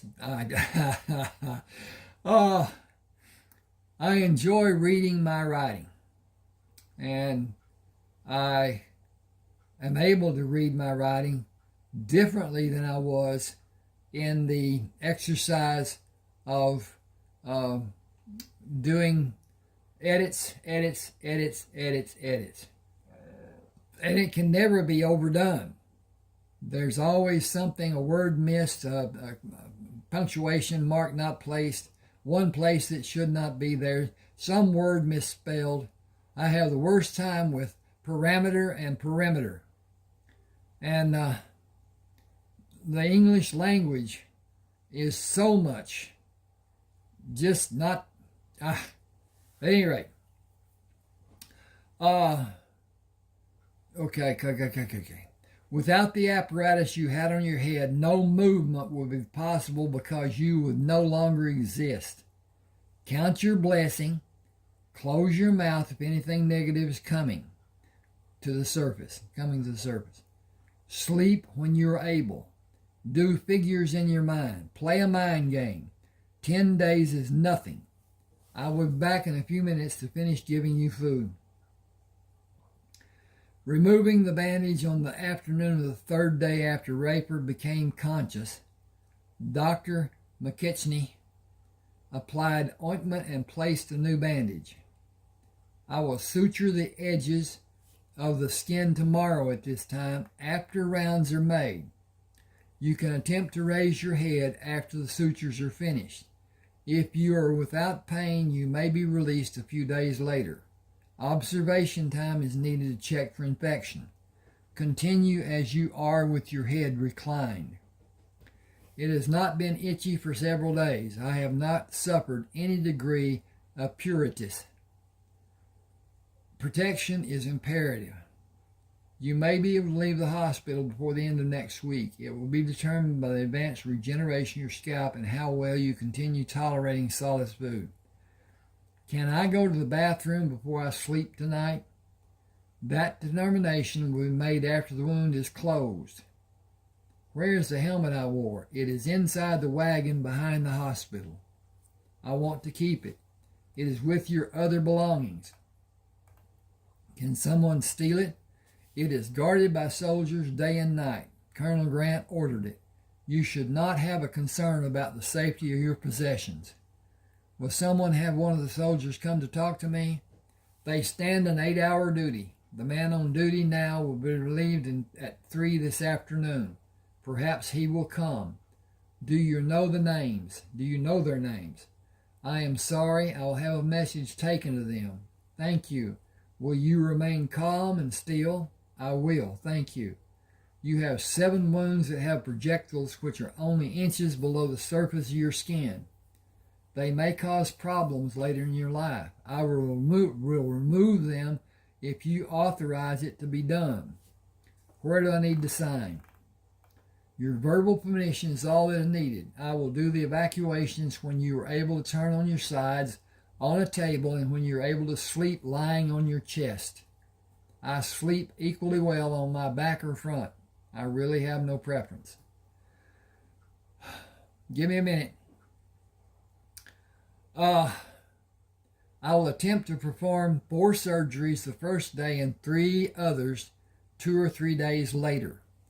Other than the fact that I was shot, what happened to me? Why is my vision less than it was before? What will I find to be wrong when I can finally stand up?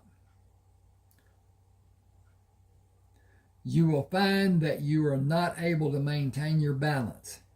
You suffered the trauma of being shot.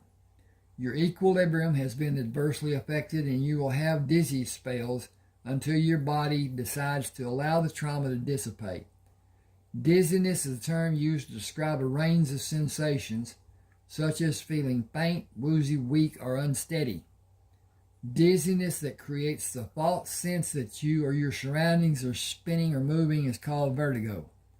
You will find that you have a vast range of problems that your body will attempt to produce a compensation in one form or another. I will not attempt to pretend I know when the process will be completed and you will return to whatever you called normal before you were shot. It is a mystery that has no absolute finality. You may never reach the state you developed through your growth years. You may find you have improvements in certain skills where you were previously deficient or completely lacking in before being wounded. Some may be novelties, while others may be great improvements, physically, psychologically, or cognitively. Your level of awareness indicates that changes have been propagated. It may be years before you are fully aware of the true extent of the changes. He went to the door and turned back. Notice what you will find to be different than before you were wounded. If it is likely to enhance your life, build on that trait. Embrace and nourish it. I'll see you tomorrow around this time.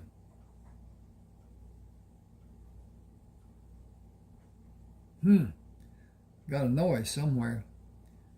Nurse Stanfield checked the restraints on his right wrist and moved around the bed to check his left wrist restraint. I will loosen them when I feel you will stay awake. You made such great progress. It will be a shame to have a setback now. Why did you allude to my progress? So many indications. Solid food the first day, wanting to take care of your toiletries, exercising patience when getting out of bed is one of the strongest desires. I need to check on 2 patients. I will not be gone long. I am stationary. I cannot move. I have been fed and cleaned, and I guess say that I have been nursed. Guess I can say. Hope you and other nurses know how grateful I am and how embarrassed. Thank you for all you do. Rayford heard a door down the hallway open and close. I have not heard that sound until now. It was definitely a door moving. Is my hearing improving? Is there a reason I have not heard the door until now? Being immobile will not be something I will miss doing in my old age. Heavy footsteps in the hall drew his attention away from considering his possible gain in hearing. The sound of footsteps stopped at the doorway. Lieutenant, I am Sergeant Tyrell. I have been standing guard duty at your wagon. Can I do something for you? Anything, sir. Can you sit with me a little while? I have not had news of happenings for these many days. I don't know where to start, but the Rebs moved south right after the last battle. They lost over 1,000 men. The rumor mill says they will mass down south and fight down there. We won't go down to help and leave this area open to be attacked. I am due for a discharge. 35 years in the Army. It's all I've known since I was 13 years old. I was a tracker for Colonel Griswold for 8 years, been his advance scout for 6, and I brought in meat for 2 years before Colonel Taylor took his command. He brought a pair of Indians to track and hunt. About a week after he took command, they took off and never were seen again. I tracked them for 2 days. They were headed west and they were making dust on the way. I was with him 3 years and got an assignment to be an instructor at the military academy. I was there until the war started. I turned 48 2 weeks ago. I don't know what I will do with what's left of my life, but I will not stay here. I hear trapping out west is a good life. If you like being cold, I want a warmer climate than the freezing weather of the places you will live to trap wild animals, and wild animals may be a problem for you in those cold regions. I will go to Texas.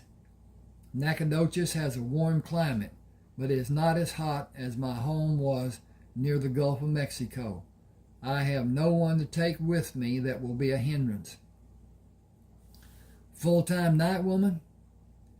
I have been a soldier and concentrated on military life from the day I enlisted. I wanted to improve and study everything I had an interest in, especially medicine and cures for diseases. Holistic remedies in diet, exercise, physiological and psychological therapy, spirit therapy, and herbs to heighten cures, and anything I might be able to use to help people. Bad people exist and they do bad things to other people. I believe it is our duty to stop those bad acts before people are injured or killed. It may be far in the future before I'm able to do anything. I am not able to move, not even to turn my head. It is held immobile and I have restraints on my wrists. The doctor and nurse asked me to keep my feet on the bed. My eyesight is not normal. It has only been 8 days since you were brought here. You know a lot about medicine. How long does it take for a cut to heal? It has smooth edges and not torn like a gunshot wound. Your skull was injured too. You can't say what you have or how you are for at least a month or even more. You can't say what you have or how you are for at least a month or even more. You aren't what you were, but what you were is still here. Only the part that ended is important. I can't see anything about you that ended. Can you? Is everything about you still working? No, I think my sensory perceptions are greater than they were. What way? I hear better. The nurse told me to speak up because you had less hearing than is normal. I was taking liberties with the doctor when he spoke softly and said Wellington Methodist Hospital. I found it to be humorous. I cannot explain what it seemed to be, but I asked him to speak louder. He did not find my question to have even the slightest bit of humor. Are you enjoy being here? I am enjoying the fact that I am alive. The Confederates had the ability to shoot farther than I estimated they could. A half-inch lower in the bullet strike and I would be in another dimension. I am very much enjoying being alive, which brings my thoughts to the wagon you say is mine. I have no wagon that I'm aware of. Excuse me a second. I'm going to do this again. This time.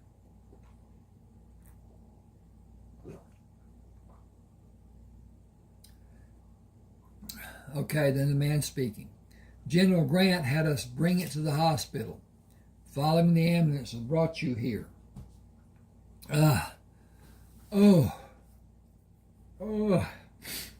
You were out 3 days before you were brought here. Everything in the wagon is yours. Your property is in the wagon. All of your property is in the wagon.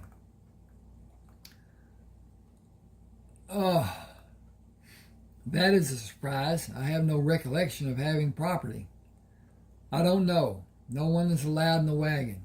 We have written orders from General Grant to protect it with our lives. He placed his hand on the bed and leaned closer to Rayford. I better go.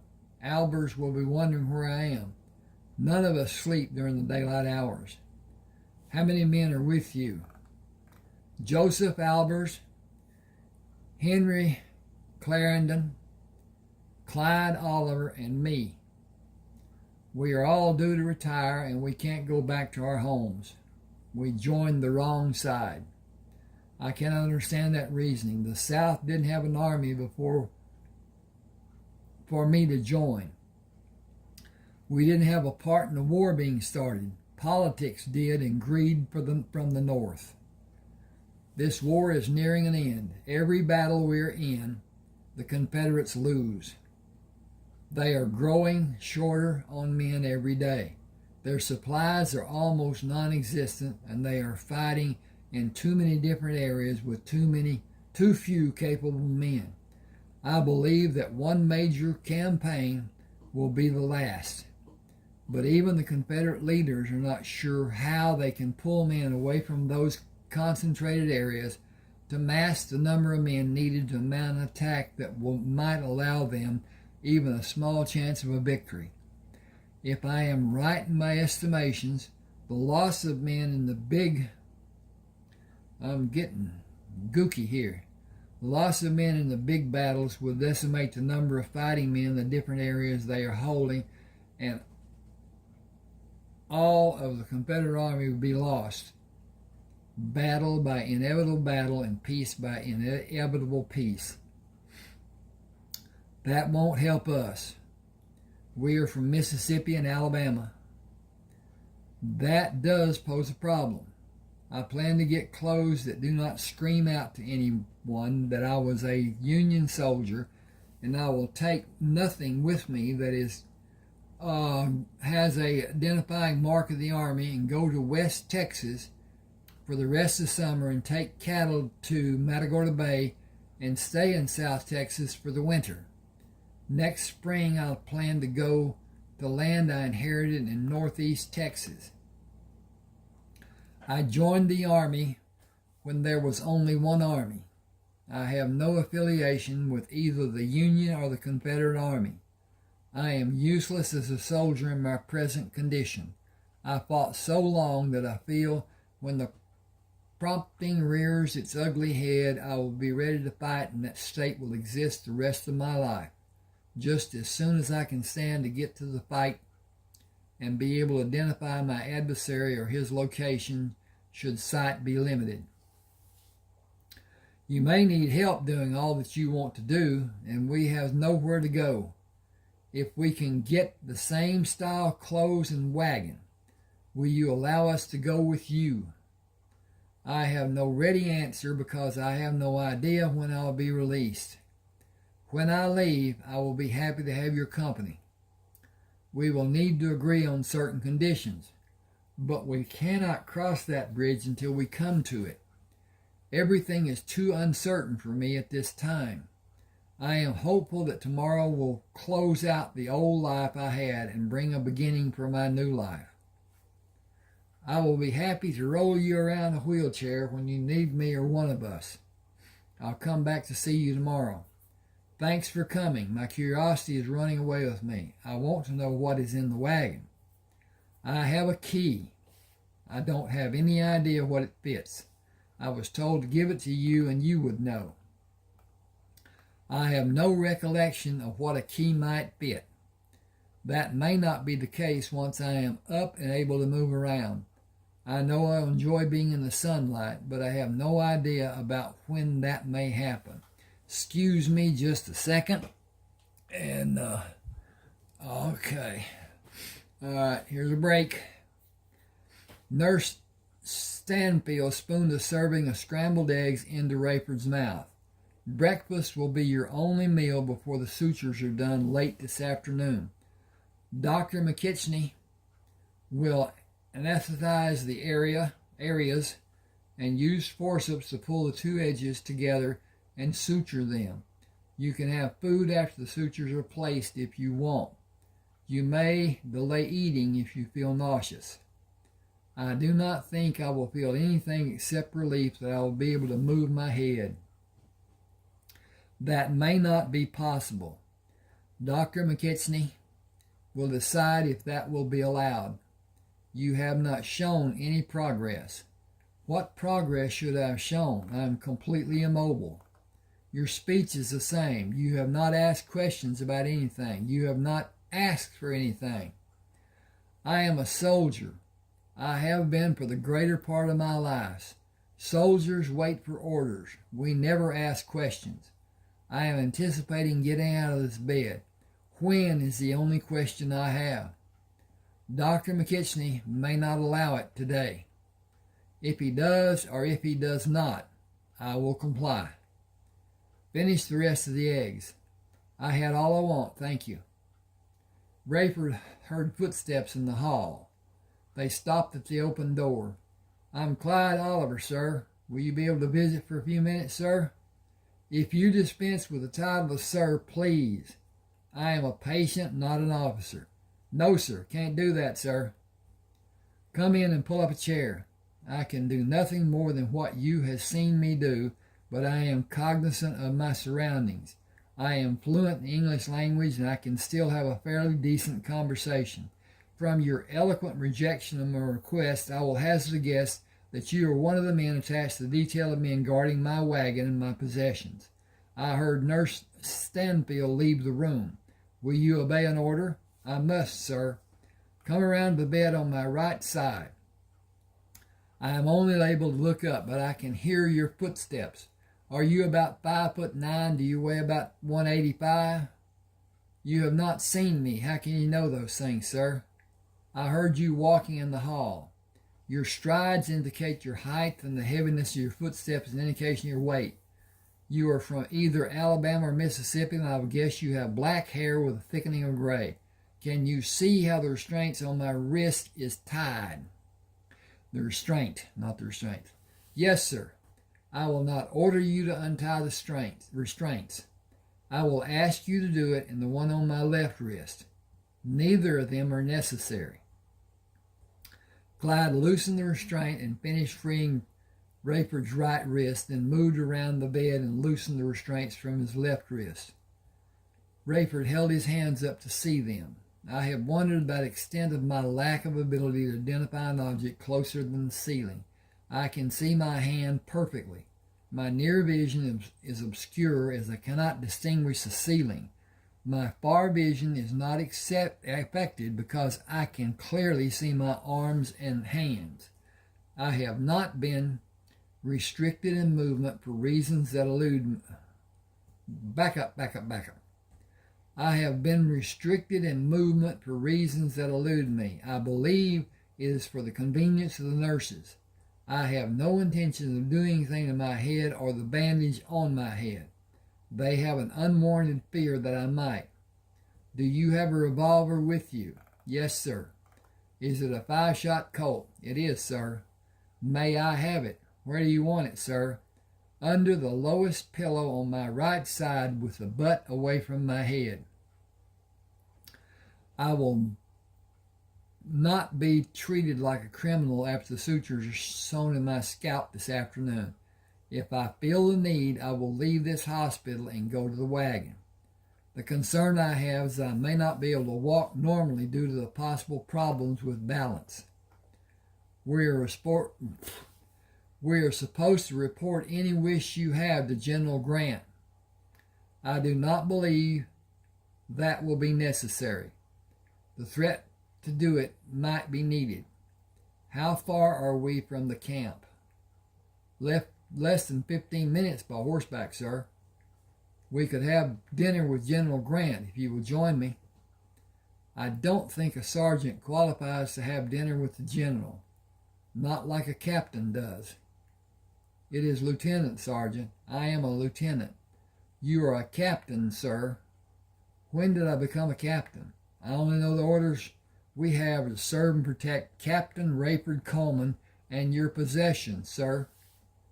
Will you please place the restraints on my wrists? Do you want them tied loose or tight? I am truly ambivalent about that because I do not want them. I suppose loose will be sufficient. I can hide the excess under my arms. I suppose being controlled. I despise being controlled, even if it was thought to be needed, which it was not. I feel I will do better if I sit with my legs over the edge of the bed and move my head. Above all else, I want this captive existence to end. Hang with me just a second. I got to check again. And so, yes, we're doing well. I don't know what that might be like, but I don't think it would sit well with me either, sir. Have you considered what you will do after your retirement? It is going to be so different than Army life, but I have not seen combat. I don't have that hanging over my head. I think getting new clothes will make the difference we need to look like we are civilians. I have been told we have an air about us that shouts of us being military. We will always identify with the military, but pushing cattle will change that for me. Living my life on a farm will do that even more. Being self-sufficient instead of dependent as I have been will be more satisfying. To some degree, we have been held captive all the years we have been in the Army. Quiet now, Nurse Stanfield is coming. How do you know that?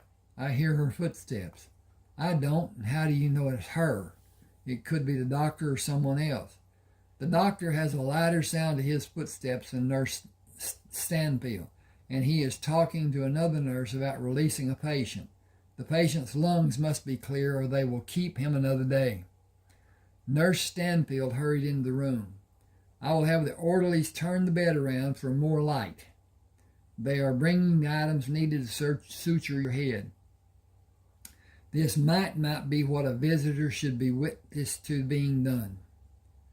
I have plenty of experiences sewing up men. It won't bother me. It is my duty to report to General Grant about what was done and how it affected Captain Coleman. General Grant will want to know when Captain Coleman will be able to report to him. Nurse Stanfield held her head down as she tightened the restraints on Rayford's left wrist. She stepped back when the orderlies pushed the cabinet on wheels into the room and turned the bed around to have light from the doorway. She tightened the restraints on Rayford's right wrist. Dr. McKitchney will be here in a few minutes, and this procedure will not take long. You can tell General Grant that Captain Coleman will be able to report to him when he's able to walk unassisted. He should have a conveyance of convenience rather than be jostled riding a horse. Captain Coleman is not well, but his stay with us is being paid by the United States government. He may be transported to another location when it is needed after another night has passed. Dr. McKitchney instructed the hospital orderlies to bring the cabinet into the hallway and push the bed closer to the opening of the door. I have a chair to sit in while I do the sutures. At times you may feel pressure and tugs as the orderlies assist in moving your scalp to be sutured. You should not feel any degree of pain. I am ready, no matter how much pain I may need to endure. Proceed, please, doctor. Oh, okay. I need to change this just a second. I'll be P-L-E-A-S-E.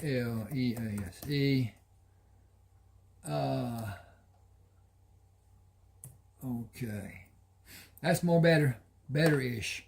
And then click this button, and click this button, and click this button, and click this button, and be done. I saved it. My eyesight is not what it should be. I'm getting a little double vision here. I don't know why, but at any rate, maybe that my blood sugar has gone down. I need some sugar to replace. Bye-bye. I'll take care of that in a few minutes. At any rate, he watched. Okay. Bye.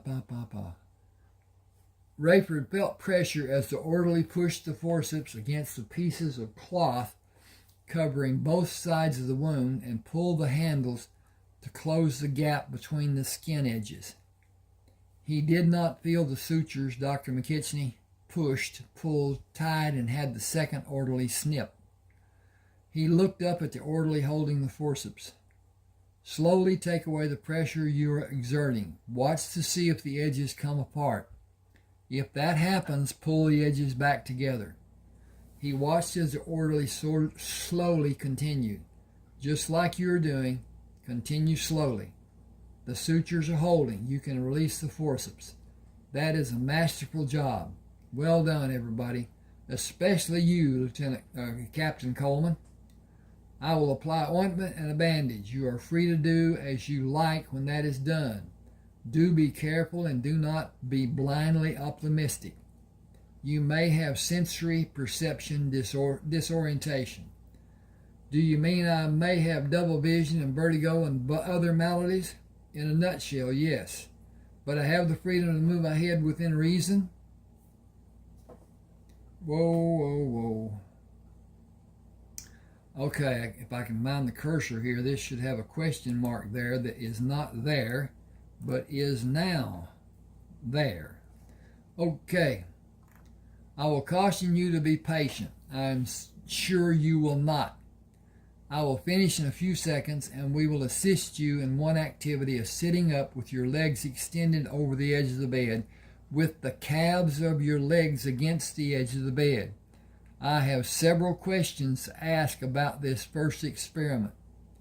He placed the last piece of tape on the bandage. Move the bed back against the wall and we will proceed. Captain, please allow the orderly's freedom to bring you to a position that you can move your legs over the edge of the bed and sit up. All of that should be done carefully and slowly. Hang on a second, I'm going to carefully and slowly check on my experimentation. He stood away from the bed and watched Rayford for indications of pain or distress. In an upright position sitting on the bed, Rayford moved his head down until his chin rested on his chest and held that position for a few seconds. So far, everything is working fine. Please maintain that position a little longer. How is your vision? My far vision is normal. Near vision has not returned to normal, but I believe it has improved slightly. Let them help you swing around and drop your legs over the edge of the bed with your hands flat on the mattress covering. When Rayford sat on the bed as the doctor instructed, he turned his head to look at Clyde. I am happy to see you, Sergeant. Dr. McKitchney interrupted. You are exactly as you should be. That is an excellent first step in your therapy for now. Hold that position and move your head slowly in every position you desire. Rayford looked at Nurse Stanfield, Dr. McKitchney, both the orderlies, and Clyde. Thanks to each of you for being here for this glorious day. My life came within a thread breadth of being ended, and now it has started over. All because a soccer helmet with layers of leather laid over and over and over that deflected a bullet intended to end my life. Is it possible for me to finally stand on my feet? Can I have that sign of progress? Are you feeling normal? Yes. Your stamina may be less than you imagine. Your muscles may have atrophied and a lack of balance may not be detectable from your present position. You will require physical assistance and a wheelchair. I very much want to be in the light of the sun. That will make me extremely happy. Let the orderly stand beside you and help if it is needed. Talk to them and listen to them. You can go outside by using a wheelchair. Do not attempt to stand or walk. I need your promise. I will glory in being outside, and I will act as a sane person should. I promise to remain seated in the wheelchair today. Tomorrow will be another day with its own promises. Gentlemen, if you will. Slippers first, but not slipping. It will be a blessing if you have the slippers and do not have a means to slip today or tomorrow. The thickness of the bone in your skull was diminished, but not to the point of being weak. just weaker than normal. It is difficult for me to predict if it will be repaired by your body or remain in its present state. You do not appear to have suffered physically more than superficially. When the evacuations of foreign objects in your body are accomplished and you feel stronger, you will have my release to join the activities ordered by the Army, particularly General Grant. He has been persistently insistent with messages. He is not a man to be taken lightly. What were the messages? He is concerned that you are not being properly guarded and so many other concerns, but no demands. It is not that I am taking him lightly. That would be extremely foolish. I cannot answer most of his questions. No medical person can. You have special needs, and a book with instructions telling how your case should be properly administered does not exist in my world. I can do nothing more than tell him you will be here another week or longer. Rayford slipped over the edge of the bed and stood solidly on the floor. It must be the magic slippers. I am up and perfectly balanced. Can I get a ride into the great outdoors? Sergeant Oliver left with the hospital orderlies. I'll bring the wheelchair, sir. I can do nothing more than wait for you, Sergeant. I am ordered to refrain from strenuous efforts of questionable nature or duration. Dr. McKitchney pushed the bed against the wall and pulled it back. You could open the window to experience the greater outdoors. That act would break one of my cardinal rules. I never stand in front of an open window. Why do you have that rule? Sergeant Oliver's bringing the wheelchair. I know, I heard you tell him to bring it. He is nearing the door with the wheelchair. You have no way to know what that because you have been looking at me. You could not see a shadow or a reflection of light. I heard the wheel noises. I hear them as he is approaching the door. Sergeant Oliver turned to bring the wheelchair through the doorway. Here is your new ride, sir. It is remarkable that you're able to hear the sounds made by the wheels of the chair, Captain. Your hearing is exceptional. Can I get a deck of playing cards? I will try to find one for you. Do you want the deck today or tomorrow? When it is possible. I will send an orderly. General Grant will question the purchase. He will understand. He has been such a stickler about every change. I wonder about his understanding. I seriously doubt that he had an interest, probably an aid attempting to seem relevant. Then my concern is not needed. General Grant deals with major problems and he must make decisions without pertinent information to guide him through the process. I doubt that he sent even one message concerning my physical being or welfare. Would an aide sign General Grant's name? It would be a major offense if it was done. Every message has his signature on it. He wants you to be in complete control of your facilities when you return to duty. Excuse me.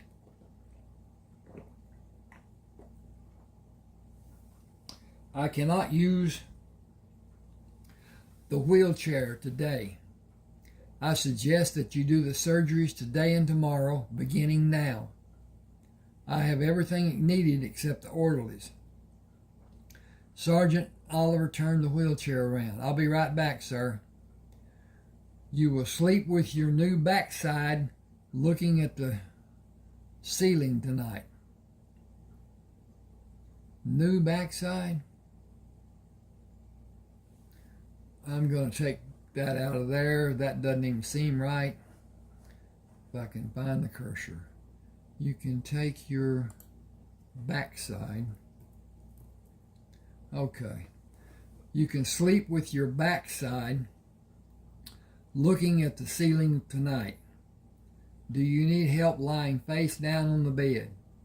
I believe I can manage. You will feel everything I do to you under your skin. It cannot be helped. It will help in the future. Okay. It will help in the future. That is the promise I will concentrate on while you are working on me.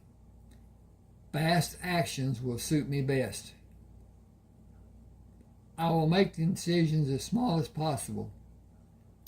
It will break the skin. It will be painful each time. Extracting the object and suturing the incisions will be prolonged pain. Tell me when you're ready. Tell me when you are each time you're ready to do it. I will be ready. This should require 4 incisions today and 3 tomorrow. Will you do 7 today? I will sleep on my side if that is done. You will not be able to sleep on your left side if I do the 7 needed surgeries. I can do these 4 with you as you are and do the 3 with you on your right side. Do you want something to bite? I will get through if you will tell me what you're about to do. Prepare yourself. I am beginning the first of the 4 incisions. They should not produce a great amount of bleeding. Rayford did not move and remained silent while the cutting, probing, medicating, and the scissor snips of the final sutures. You did remarkably well. Can you roll over on your stomach and to your right side to allow the last 3 to be done? I will not make the incisions near or on the old scars, but over the objects. The deeper one is less than an inch under the skin and in the muscle. It will cause you the greatest pain. Rayford moved to be on his right side. Sergeant, I need to have a message taken to General Grant, telling him I will come to his tent early tomorrow morning. Dr. McKechnie nervously waves his hand. I cannot condone your traveling for 3 days. I am sutured and bandaged. We are waging war, Doctor. I am needed. I would go now if I could be there before evening comes. General Grant will leave this area the day after tomorrow for a campaign in the South. You will not be released to go with him. That leaves as my only prerogative to see him before he leaves. Okay, this is coming up on chapter 3. I'm going to end here and ask that you please subscribe, hit the like button, share if you will to people who like to read, and there's a fourth. Whatever. At any rate, if you want a book, send me an email at that address telling me what you want and we'll get together. All right, thank you for being with me. Do subscribe and like. That is so important. Thanks now.